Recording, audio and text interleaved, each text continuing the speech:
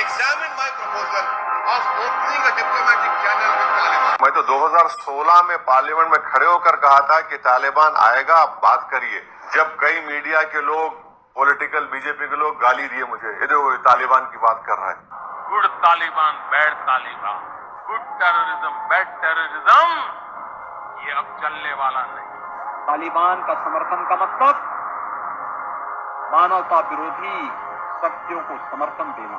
ये क्लिप जो अभी आपने अपनी स्क्रीन पर सुनी है वो है 2016 पार्लियामेंट की, जहां ओवैसी ने तो 2016 में ही कहा था कि तालिबान से रिश्ते बनाए जाएं, और अब वही स्थिति धीरे धीरे सामने आ रही है। मैं तो 2016 में पार्लियामेंट में खड़े होकर कहा था कि तालिबान आएगा, आप बात करिए। जब कई मीडिया के लोग, पॉलिटिकल बीजेपी के लोग गाली दिए मुझे, ये देखो तालिबान की बात कर रहा है। उस समय कई राजनीतिक पार्टियों ने उनके इस बयान का विरोध किया।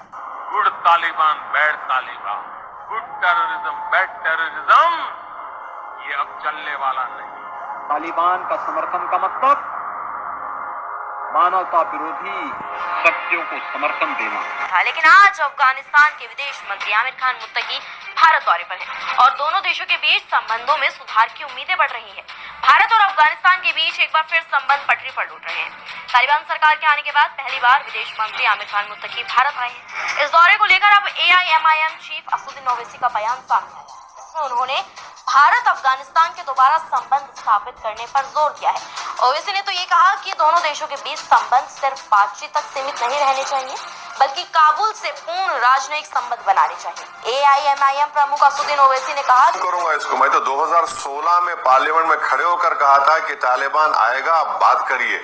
जब कई मीडिया के लोग, पॉलिटिकल बीजेपी के लोग गाली दिए मुझे, ये देखो तालिबान की बात कर रहा है। मेरी स्पीच है, मैं आपको बताऊंगा। 2016 मैंने कहा बात करिए उनसे, क्योंकि हम देखिए हमारे लिए बहुत, ये छाबा रिपोर्ट बना हमारे लिए बहुत जरूरी है, जो ईरान में हम बना रहे हैं। उससे हम अफगानिस्तान में जाएंगे। हम कैसे इन्फ्लुएंस छोड़ देंगे उस इलाके का चीन और पाकिस्तान के लिए। मैं दोनों देशों के बीच इस कदम का स्वागत करता हूं। मैंने 2016 में संसद में खड़े होकर ये तक कहा था कि तालिबान आएंगे, उनसे बात कीजिए। कई मीडिया कर्मियों ने और बीजेपी सदस्यों ने उस समय तालिबान के बारे में बात करने के लिए मुझे गालियां दी। उन्होंने कहा कि चाबहार बंदरगाह हमारे लिए बहुत महत्वपूर्ण है, हम वहां से अफगानिस्तान जाएंगे। मैं तो 2016 में पार्लियामेंट में खड़े होकर कहा था कि तालिबान आएगा, बात करिए। जब कई मीडिया के लोग, पॉलिटिकल बीजेपी के लोग गाली दिए मुझे, ये देखो तालिबान की बात कर रहा है। अब हम उस क्षेत्र का प्रभाव चीन और पाकिस्तान पर कैसे छोड़ेंगे? उनके विदेश मंत्री भारत में है और पाकिस्तानी वायुसेना ने उस जगह पर बमबारी यानी एयर स्ट्राइक कर दिया। क्या आप देख रहे हैं कि ये कैसे चल रहा है? उन्होंने ये भी कहा कि चाबहार बंदरगाह जैसे रणनीतिक मार्गों से आर्थिक और सुरक्षा साझेदारी को मजबूत करना भारत के क्षेत्र हितों के लिए अहम है। छाबा रिपोर्ट बनाना हमारे लिए बहुत जरूरी है, जो ईरान में बना रहे हैं। उससे हम अफगानिस्तान में जाएंगे। हम कैसे इन्फ्लुएंस छोड़ देंगे उस इलाके का चीन और पाकिस्तान के लिए। वो यहाँ पर उनका फॉरेन मिनिस्टर और पाकिस्तान की एयरफोर्स ने बमबारी कर दी वहां पर। ओवैसी ने पाकिस्तान की चाल पर भी ध्यान दिलाया, जो कभी तालिबान का समर्थक था आज उसी पर बमबारी कर रहा है। उनका कहना है कि अंतर्राष्ट्रीय राजनीति में स्थायी दोस्ती या दुश्मनी नहीं होने का साफ सीधा उदाहरण है। अफगान विदेश मंत्री आमिर खान मुत्तकी के इस दौरे को भारत तालिबान के आने के बाद पहली बड़ी कूटनीतिक पहल माना जा रहा है। आपको बता दें 2021 में काबुल पर तालिबान के कब्जे के बाद भारत ने अपने दूतावास को बंद कर दिया था और दोनों देशों के बीच संबंध पूरी तरह ठंडे पड़ गए थे।